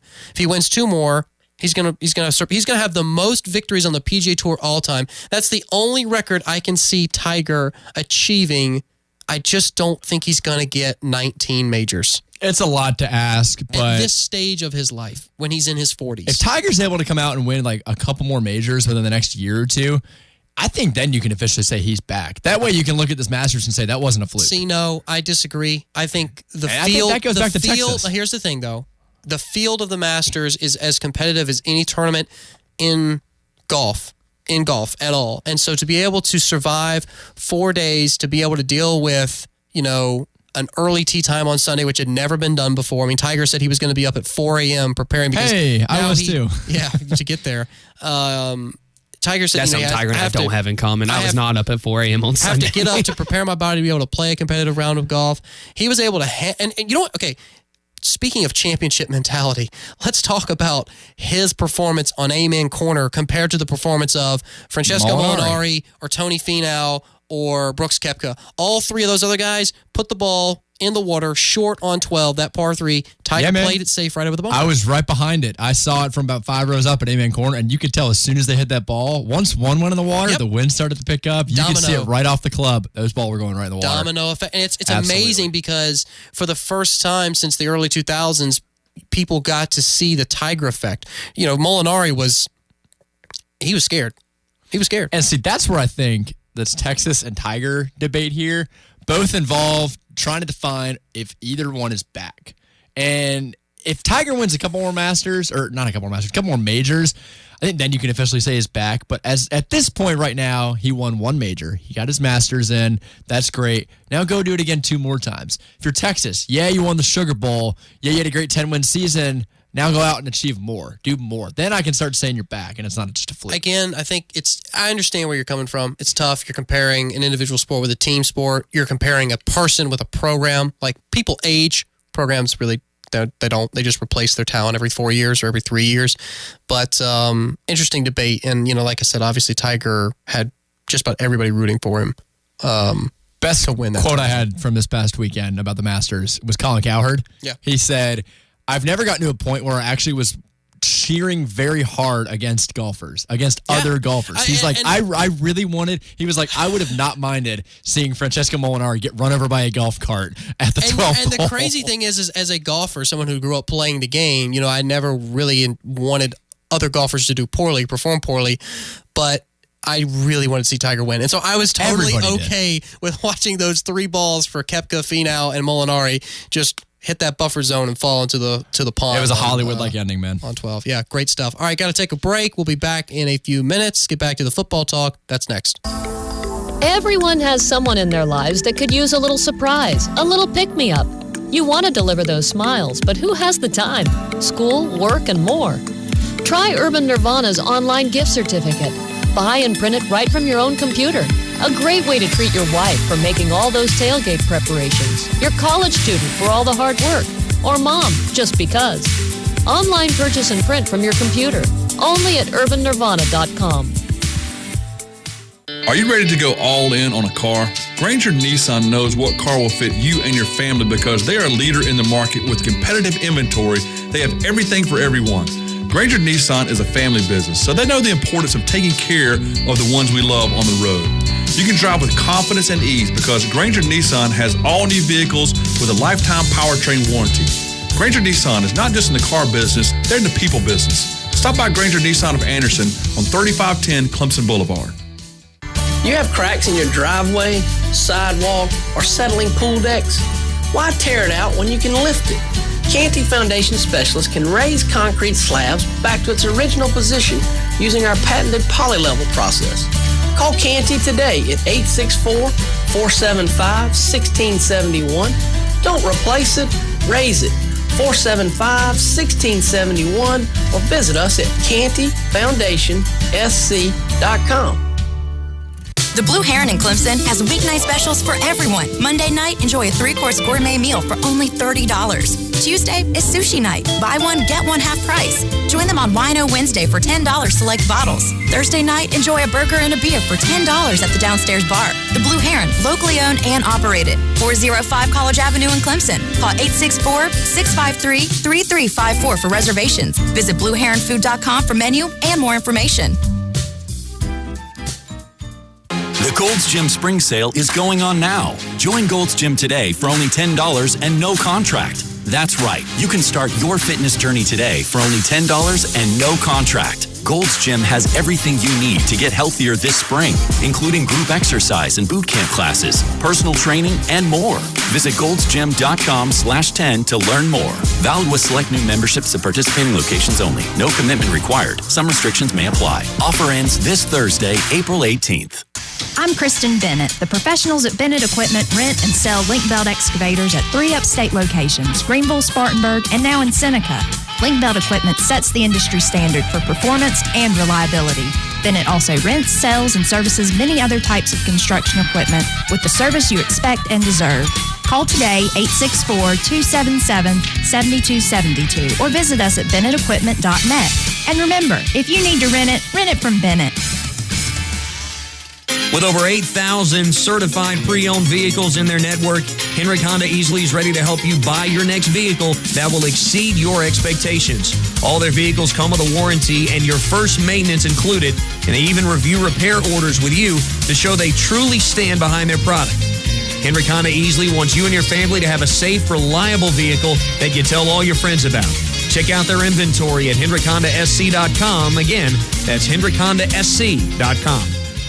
Make your next corporate party or team building event one to remember with Local Q. Featuring a wide-ranging menu of mouth-watering, in-house smoked barbecue, signature craft cocktails, 25 rotating drafts, and hundreds of classic games to play. Local Q is the place to break the ice with coworkers, friends, and family. We'll craft you the perfect menu featuring all the Local Q favorites, whether for 50 people or 250. Local Q has the room for you. Reserve your venue today by visiting localq.com.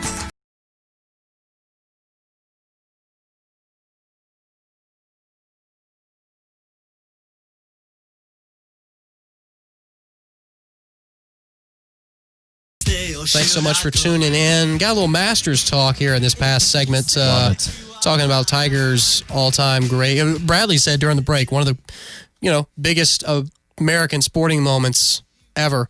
I saw live. And to be there yesterday, it had to be all amazing. 10 years from now, when people are still talking about it, it'll truly sink in. 50 years from now. Yeah. It'll truly sink in what exactly happened yesterday and the significance behind bringing the entire country together on one afternoon to watch the entire sporting. I mean, you saw people like LeBron James, you saw Serena Williams, you saw Tom Brady, all congratulating And that's what I'm saying. Like, Tiger. I think it's because it was at the Masters that made it that much more special. It's the most iconic golf event in the world. I mean, yes, there are other majors, but like the Masters is just so near and dear to so many people's hearts. And it's amazing because, Tiger has not always been, I guess, the most trying to think level-headed. No, that's not. He's not been like one to be like really involved with fans. He's very business-like when he's on the golf course. Not that that's a bad thing, but he's not Bubba Watson. No, he's not getting emotional. No. Signing autographs on the course. And so it's really interesting to see everyone rally around a guy and behind a guy who, has had so many issues on and off the golf course. And for him to get it done yesterday just was amazing. I mean, Twitter was going crazy. People say that golf is so much better when Tiger's great. And it is. We've missed this because we've missed like the level of excitedness we've seen on Sundays at the Masters when Tiger's in contention. A whole generation of, and it reminds me of this past year when Tiger was either tied for the lead or he was right there neck and neck at the PGA Championship. And I had some family members who usually don't watch golf, Dad, my brother, who actually sat down with me and watched that final round because, for the first time, really since we were little kids, Tiger was in contention in a major on the final round. Exactly. And I mean, it created intrigue. And so yesterday with, the whole drama of having to move up tee times and it was just awesome. Instant classic. It was cool to walk in and immediately see the red and black from afar. And you could see people were like, it was just an aura about it. Like, okay, it's serious time now. Like, it's back. The Tiger effect. Well, during the break, Pete called in. He's on the phone lines now with us, and he wants to talk a little bit about the Masters. What's up, Pete? Hi, how you doing? What a great story. Everyone, whether they were rooting for Tiger early in his career or against him, everyone had to be rooting for him yesterday to come back from being on the side of the road in a vehicle, not even knowing where he was, to not be able to play golf at all, to be able to come back. The only thing I would say is that he won that tournament against 85 players, and then he won the tournament late last year in the FedEx Cup against 30 players. So I think he'll be all the way back when he wins against a full field with 150 players. So yesterday had a great field as far as quality, but not quantity. 85 players, whereas like the Players Championship, which all the players play in, you don't have to qualify. The qualification's not nearly as difficult as the Masters. So there you have 150 players, for example. In every other tournament, in the U.S. Open, you have 156 players, much like the British Open and PGA and so on. So he'll be all the way back when he wins against a full field. You think he has to do that? Difference. You think he needs to do? He needs to win against a full field in a major? Is that what you're qualifying as being back? He has to do both. He has to win against either a full field in a major or even in just a regular golf tournament. Just because he hasn't done that in 5 years or whatever. Mm-hmm. And a regular tournament's harder. A major's a lot easier because a lot of guys don't think they can win. In a regular tournament, they don't play with near as much pressure, and you got a bunch of no-name guys go out there and shoot 20 under, and that might be the only tournament they ever win. So it's for him, knowing the Bethpage and knowing where the Pebble Beach, knowing where all the majors are, and knowing those courses inside out. He's actually. I think we lost Pete. I think we've lost Pete, so we'll go ahead and take him off air. He brought up some good points. Interesting points, but I do think... You know what, so I will say, and I understand he's saying that the leaderboard wasn't full, but after going into the weekend, the quality of players near the top, it was stacked. That's what I'm saying. The quality over the quantity. And here's my argument, and then I'll let you have the floor, Bradley. Yeah. My argument against what Pete's point is Tiger... throughout the weekend, especially on Sunday on the back nine, maintained his composure. He didn't make mistakes. And the other guys put the ball in the water on 12, and then obviously Molinari did the same thing again on 15. Tiger played, albeit a little conservative, a smart round of golf. His placement on the greens on the back nine was, middle of the road. It wasn't aggressive. It wasn't overly conservative, but he made the shots count. And he didn't, have any, I guess, poor holes except for that bogey on 18, which at that point it really didn't matter. What's your point now, Bradley? And I was kind of going to piggyback off of that. I don't think it really matters how many players he's facing against. I almost think facing less players that are of a higher quality is a little more intimidating than facing a field of 150 between average players and great players. Well, the setting especially of at the Augusta, Masters. I think almost ramps up the tension because you know you can win this tournament, right? You've done it 4 times prior, but it's been a long time. I mean, it's been a lot of guys time. who won since Tiger's last one. And you're going up against guys who, like, they grew up, you were their idol. So it's a whole different generation that you're competing against. And it's like if LeBron went like 14 more years, albeit he's almost retired, on the way out. But if he went like 14 years without winning a championship, and you had guys that were growing up idolizing him, and he's just out there trying to win another championship. Right. Yeah, and I still, I do get the point of, with a regular PGA event, you may have guys kind of come out of nowhere, right? They have a really good few weeks. I think that's Pete's they point. Get really hot. You have a better chance of someone getting hot all of a sudden in a 4-day period. Yeah. But still, Brooks Koepka, they'll get hot during majors. Jason Day usually performs pretty well in majors. Spieth, there for a few years. He wasn't a part of much of the conversation in this Masters. Justin Rose, yeah. But, usually he's somewhere in contention. Yeah, and as a player, if I'm in Tiger's shoes, I'm looking at that leaderboard and every single person up and down the route. You don't have those unknown guys that are mixing and getting hot. Every single player up there is in the top 25 in the world. And that says a lot about the level of quality of play that was at Augusta. Every single player you knew had a chance to win. And there were 6 or 7 guys tied for it, going into the turn at 9 at the final 9 holes. It's interesting. We talked before the show about that bet that guy made in Vegas. Throwing down, $83,000 with a chance to win $1.5 million. And I think everyone around the country wanted Tiger to win. But deep down in their minds, they were starting to think, okay, there's no chance he's going to actually. I saw it's a picture on Twitter, and it had 2. It was from Booger McFarlane, and he had tweeted like 2017 about how Tiger's just, I don't think he can do it anymore. He's just not going to win again. Yada yada. And then obviously like this past tournament, on Sunday night, he had another tweet, and it was like, to all you people out there that said Tiger couldn't do it again. And it was like basically comparing the two. It had them, just posed against each other, and it was like, well, which side are you really on? And so funny how that works. I think a lot of people really deep down did not think that Tiger would can play competitive golf again, and B, be able to win a tournament or a major. And Tiger himself said that 2 years ago at the Champions Dinner. He could barely sit straight. He was like, I think I'm done with competitive golf. My body's, broken. I can't do it anymore. And then to come back in such a fashion at that tournament where he has so much history made it all that much more special. Who do you think would have won that tournament if for the entire 4 days, none of them had clubs and they just threw the ball down Augusta National? I love it. That's such a curve. We got to bring this full circle, dude, right? Koepka's ripped. I think that's what I think my money. Or Tony Finau. Finau's a big dude. Either that or Bubba, because he would have just gotten like mad and thrown it through the woods or something, and gotten like something like that. Maybe Patrick Reed taking out a bunch of those anger over the years. Patrick Reed, that'd be a dark horse pick for throwing it down Augusta National. Ian Poulter on that back 9 looked like he wanted to throw his ball a couple times. He looks like that all the time. But he had some bad shots. I think he had a double bogey. Maybe that's why he looks like that all the time. He hadn't had good shots in years. Yeah. It didn't make it any better. He was wearing like checkerboard pants and was easily going to get bullied out there. Yeah, but that's goofy outfit. If I took myself seriously on the golf course, I'd probably look like Ian Poulter too. At the caliber of shot that I hit, I'd probably be mad all the time too. So I can't blame him too much.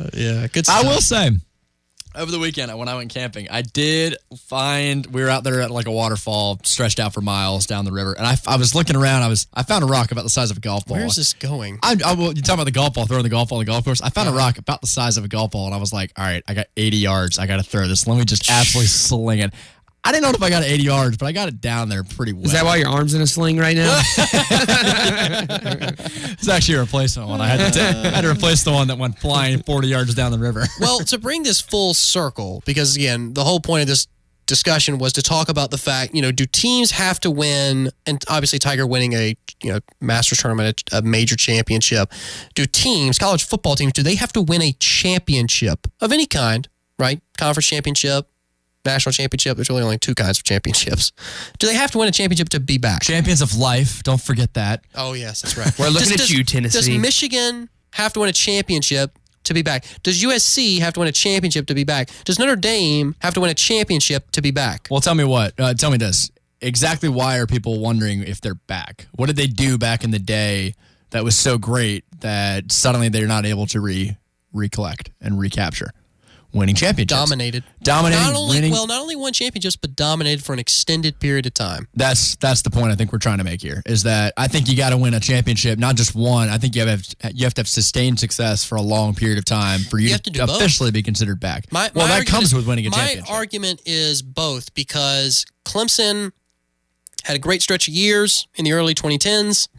Until that championship in 2016, I don't think they were given a ton of credibility, and they still weren't after that championship, if you recall. And now after the second one in 3 years, people are like, oh, okay, yeah. But I think it goes in a specific order. I think it starts with winning your championship first, and then if you can sustain that success for a long period of time. Again, I disagree, because Clemson won that championship, and they still weren't given credit until they had a more sustained period of success with multiple championships.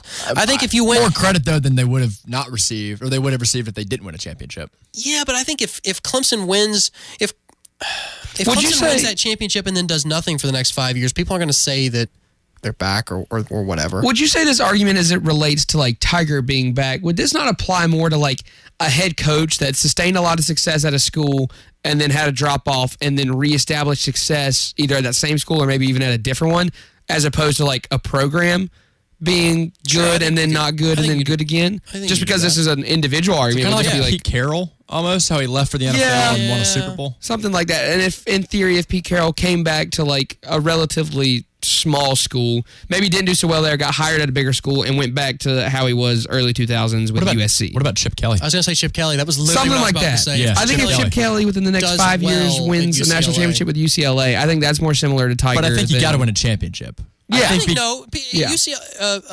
Kelly didn't win a championship. He can win a Pac-12 Chip Kelly never won a championship anyway. Yeah, so I was going to say, he can win a Pac-12 championship and still kind of return to prominence in a lot of people's eyes. And maybe he plays for a national championship or a college football playoff at some point, but I don't think Chip Kelly has to win a national championship. True, but I think the point I'm trying to make is Texas officially started to become a great team when they won that first championship back in 2005, 4, and then we're good for about first championship. Well, first championship in a while. In the modern era, like we're talking about them reestablishing themselves as they were in that championship game against USC.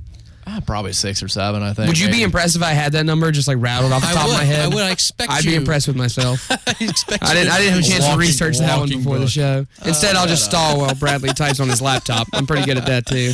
I wish I could just like look at you and ask you a random football stat, and you just immediately tell me exactly. I mean, I could give you an answer, but I guarantee you 100% how many do you right. How many do you think? I think it's less than 5. I'm gonna go with I got 4. Yeah. Yeah, 4 sounds right. Unclaimed or claimed?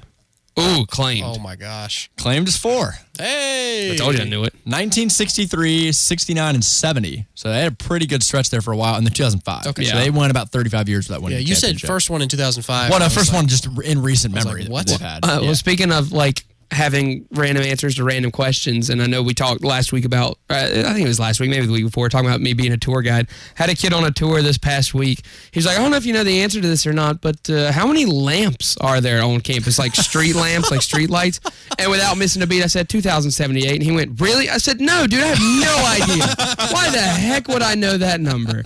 So I could lie to you. I can make something up, but it's not going to be right. 2,078. Awesome. I don't know if that number exists Where did anywhere. you come up with that number? I have no idea. I've just made it up. I was like, that sounds like a really high number. Like I said it, and then I was like, that's not even believable. Like, is that too many? Like, if that number exists, 2,000. You'd be 80 on campus. 2,000 like street lights. Okay, is that like he meant like any light in general? Like any lamp? Are we really going to get into a debate about what qualifies a light? Because I want to know. Like, that number exists. I want to know. You probably could ask facilities. I'm sure facilities has them numbered. I was about to say, does Clemson facilities have the equivalent of a Tim Beret? Like someone that knows everything about Clemson facilities that I could ring up and say, hey, how many lamps do we have on I'd campus? be curious what's the most played song in the dining halls. That's the one I want to know. Well, you know, they play Road Trip Radio. It's a Sirius XM it's station. A Sirius XM, yeah. Yep. So they have some great. That's true. It's a good playlist. All sorts of stuff. I appreciate it. 78. I'd have to get. I want to know if that number does exist somewhere. Like if somebody somehow has counted the number of streetlights or lamps or whatever you want to call them on Clemson's campus,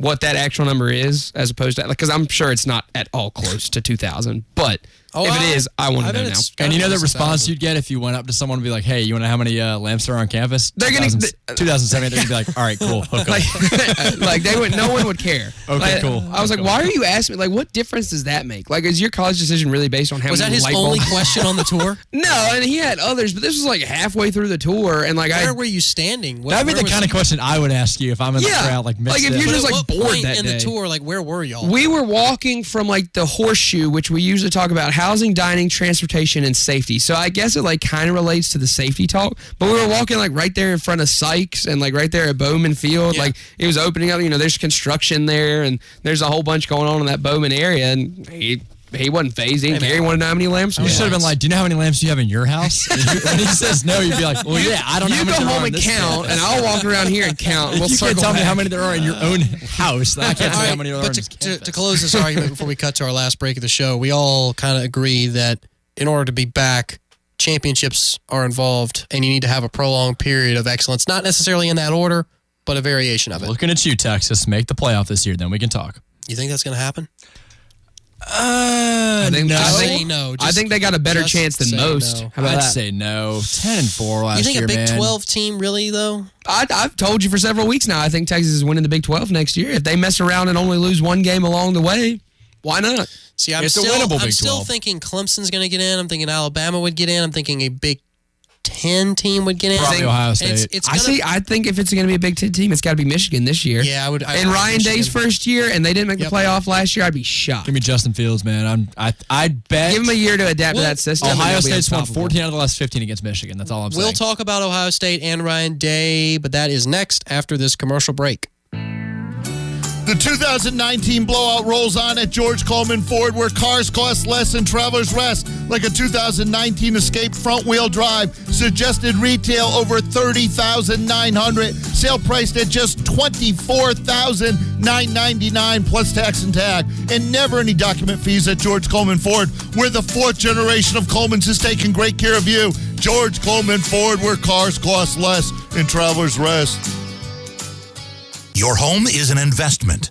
The Pink Panther says invest in your home with Owens Corning Premier Roofing Products. Reformed Exteriors is a preferred contractor for Owens Corning, so you can have peace of mind knowing your roof will get the best shingles done right. Trust the quality of the Pink Panther and trust Reformed Exteriors. Get the roof you need, want, and deserve. Call Sam at 864-704-9249. Visit reformedexteriors.com. Science has noted that the ant can lift over 1,000 times its body weight, but we aren't ants. So for all of your heavy lifting and heavy moving needs, call the certified professionals at Electric City Crane Service.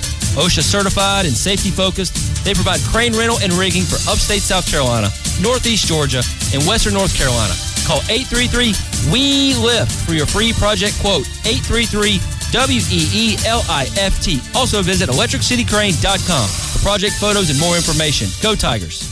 Want to fly somewhere? Looking for cheap flights or cheap tickets? Then call. That's right. Call the low-cost airline travel hotline now for prices so low, we can't publish them anywhere. Low-cost airlines has all kinds of cheap travel deals. Fly domestically and save up to 75%. You can even fly internationally and save even more. Yes, fly anywhere in the world and save a lot of money on your plane tickets. We'll even save you money with cheap travel deals on hotels, rental cars, even complete travel packages. So don't book your tickets until you call us first for the absolute cheapest prices on U.S. and international airline tickets and hotels. Call right now for prices so low they can't be published. Travel experts are here 24/7 to help. 800-216-8991. 800-216-8991. 800-216-8991. That's 800-216-8991.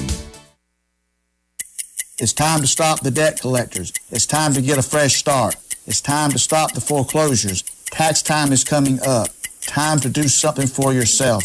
Time to get your fresh start. Come see Robert King for help. Call Robert King at 864-222-0200 or visit his website at www.thompsonking.com. Thompson & King is a debt relief agency. Robert King helps people file for bankruptcy relief under the Bankruptcy Code. You've heard folks talk about the sauce at Joe's New York Pizza. I'm here to tell you it is the sauce that makes the lasagna so great. Believe me, I know lasagna, and Joe's New York Pizza lasagna is my favorite. Their homemade marinara sauce, beef, ricotta, and mozzarella cheese loaded with their special spices. The lasagna at Joe's New York Pizza, which comes with a salad and those famous garlic knots, is where it's at. Seneca or Clemson, make it Joe's New York Pizza for lasagna with the sauce. This is George Jeffries again with Metal Building Supply in Piedmont. Do you have nuts? Well, we do, and bolts, panels, trims, and all the accessories you would need to do that shed project or roof on your home. Give us a call and talk to Kevin Brown. We can offer the names of contractors in the area and help you with the materials you need to solve those problems on your commercial building or your home. That's Metal Building Supply, 1500 Elrod Road, just off exit 39 and I-85 in Piedmont, or call 295-0506 and ask for Kevin. And now, back to Jay, Bradley, and Evan. Welcome back. Last segment of this week's show. So sad. Man, how does 2 hours fly by that fast? How does 4 years fly by that fast? Oh, gosh. Don't even make me get all sentimental. We're going to be graduates here, May 10th? May 9th I'm for the you. 9th. I am May the last session on the 9th. Ha, we get to be Clemson students for longer than you, Bradley. Yeah. True. 24 hours. I would still take the later afternoon graduation time than the morning graduation. See, I'd rather it be the morning. No. I would. No. Because then you have the rest of the day to like celebrate or be with family. Whereas if we do it in the afternoon and we're not done till the evening, it's like, oh, we got to go out to dinner. And then I feel like it's going to be hard. Yeah, but what are you going to do midday, though? Like, besides going to dinner? I can do whatever I want. I don't have any responsibilities. I'm a college graduate. Well, actually, I do have a lot I'm going to have to do. Like, worry about what kind of job I'm going to have. Where's my money going to be coming from? I have to I have to be an adult now. Like, there's a lot I'll probably do. do. Stay in town through the sublease that you have once it ends in the end of the summer? Well, that's our apartment is going to be completely empty besides me. Bradley, Jack, Adam, they're all leaving. That's what I'm hoping to do. So I'm currently like trying to be an admissions counselor so they don't actually make me leave. In which case I would stay in the apartment for at least another year or two because I've got a couple of roommates who are staying and getting masters and that sort of thing. So like in a perfect world, I think that's like what I would want to work out because then I could, either stick around part-time here at the radio station or maybe try to get in with athletics. Like there'd be a couple different possibilities for me to pursue. Gosh. So you mean I have to hear AFR is on your radio? Oh, yeah. Well, no, we're changing the name of the show. Yeah. We're changing it to Evans Radio or whatever. I'll throw my name in it somehow. Rebrand the whole thing. Yeah, instead of the herd, like the McDowell, the McDowell. It's just hard to believe, though. 4 years, 8 semesters. Man, you ain't kidding. Flown by. Almost 100 shows, too. We're on show 86. I love how you keep track of that. 86. We got to find a way to finagle like 12 or 13 more out of this gig, like just to make it an even 100. All right, we got about what? Yeah, well, see, 21 days left. So if we just do 12 shows in the next, or 14 shows in the next 21 days. So at the end of year one, because I'm thinking back to the first year we did the show over at Student TV Network, Tiger Vision. Bradley and I did 20 episodes. Evan, I think you were on 2 or 3 of those. I was on a small handful before and then jumping on with y'all. Year 2, you jumped on full time midway through the fall. It was like October. Yeah. And we continued doing episodes. I think it was like during winter break. Before the summer came you around. and I did because at the for end, a little while. The end of year 2 was when we started here at WCCP over the summer, and then we've been doing a weekly show here ever since. But the only time we've done shows during a break on our own, I think, was the winter break where we did some bowl shows. Yeah, that bowl show when we're both in our pajamas on you were very low quality I FaceTime videos. I remember trying to put that video together. You've come away since then. I did one from my bed one day, which was just not a good angle at all. Well, the thing about the video versus the audio is obviously the radio station. You don't have to look. I mean, when we're doing shows at Tiger Vision, like I'm sitting right here in chaps and ice skates without a shirt on, and no one knows it until now. That's the beauty of radio, baby. You can't even see the yellow hat I'm wearing. But what you don't know is behind that computer screen, Jay is completely nude right now. No. Actually, I didn't need to know that. I see his master's hat. I guess that's about all I need to see. I think Evan is the only one who's not wearing golf apparel because you've got the PGA Championship. shirt on. I wore my master's t-shirt yesterday. I wore it all day Sunday. Bradley wears Chacos, so it's a good thing. I wore Chacos to Augusta yesterday. It was great. Oh, God. Really? I did. Why? Yes. Why? It was very I think comfortable. Because it was going to rain. They should have revoked your badge. Well, right? they have rain. I had to factor that in, man. I was comfortable all day. Okay? Did it rain on you at all? We actually only got drizzled on maybe at the 15th hole. It poured so hard yesterday. at our apartment that we lost, like, it was flickering. Like, lights were flickering. See, I got rain on the way down, which I started to get a little worried about because I was like, oh boy, here we go. This is just the beginning. This is dumb. Nothing ruins Sunday at the Masters like being soaking wet the whole time. Oh boy. Yeah. I mean, it got You'd feel like Molinari's ball out there being completely wet. Well, we lost. So Tony, one of our good friends, for the listeners who don't know, but one of our good friends, he called me, Bradley, halfway through the final round because his TV went out. Wow. So we're sitting there, and I'm basically giving him like a play-by-play of what's happening with Tiger, and we're trying, and our TV goes out, so we're trying to pull it up on our phone. I'd love to hear your golf commentary. Well, see, I almost scanned my radio station because I had to drive up to Charlotte yesterday. I met my family for lunch, and I had to get a suit tailored or something. So anyway, I was in the car for 2 hours there and then 2 hours back. And I was like, I want to know like what happened. Like on the way up there, I wanted to know what was happening because of course they had teed off early, and a lot of guys were like almost halfway through at the time that I was driving up there. And I was like, I want to know what's happening. Obviously, I can't stream it on my phone right now because like that would be a hazard to most people within close distance of me. So I was like, I wonder if there's like anything on the radio. And I was like, dude, wait, is golf on? Like, could you listen to golf on the radio? Like, is that a thing? Is that possible? I'm sure Masters Radio is a thing. You can go to their website and tune radio. You would have to turn it up very loudly in the rain because it'd be like Molinari on 16. But does it work though? I've seen. So there was a clip that it does work because if you go to if you go to Masters.com, there's obviously where you can watch the event, and then there's Masters Radio, and so if you just plugged in an aux cord, I feel like you got to be a really talented broadcaster to be able to pull off doing a play-by-play of golf. Because there's not a lot of play-by-play in. I don't think it's that difficult. No. I think there's a lot of downtime. There's constant. That's not true because you've got so many guys on the course at one time. There's so much action going on at the same time. Remember, radio is essentially TV just without a camera in front of you. Well, yeah, I mean, that's not. But that's what makes it even harder because like golf is what 90% visual and then maybe a little bit audio. I want to hear Chris Berman announce golf. Back, and it's in the water. He'd have to do it from 2 miles away while watching on TV. Otherwise, no one on the course would be able to focus hearing him sitting there in a radio booth just screaming. I think it was funny. I could listen to Jim Nantz without camera, like without there being added visuals, and I'd still. I could listen to Jim Nantz read a tomato soup recipe. Like, are you kidding me? I don't care what Jim Nantz is talking about. I'll listen to him. I love Vern Lundquist too. He's just a great guy. To they have some great. CBS has an amazing crew of announcers on the back nine. How peaceful would it be if Jim Nantz sat at the foot of your bed and read you a bedtime story? Would that not be just like so calming? Next to Morgan Freeman, pretty nice. Not gonna lie. Yeah. I don't think I want Morgan Freeman reading me a bedtime story though. I mean, it would be a little weird. This is what happened. Maybe to read the Bible because he did do the Evan Almighty movie. And he played God. Yeah. So maybe that would be. Bruce Almighty. Don't forget about Bruce Almighty. Bruce Almighty came before Evan Almighty. That's the reason Evan Almighty was a movie. I'm an Evan Almighty kind of guy. That's what I grew up watching. That's what I like to hear. Thank you for the support, Bradley. Do you want to spend the last few minutes of the show talking about Ryan Day's expectations at Ohio State?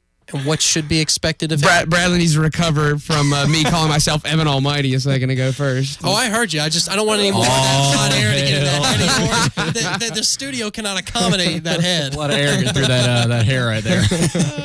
The Almighty Evan Show or the Evan Almighty Show. Now we're talking. Gosh, if I have to see McDowell 2024 or some political candidate one day. Oh no, you don't have to worry about that. No one would vote for me anyway. E. McDowell for graduate student body president. Ooh. That's a nice ring to it. Go to that you think you'll come back here and get your master's? Because you said you. I was gonna say if I got hired, it'd be real hard to turn down a master's opportunity. I mean, like if I'm here anyway and hoping to stay here for a couple years, like I mean, might as well, right? Yeah. Or why not? Well, that's kind of what else are you gonna do with your time?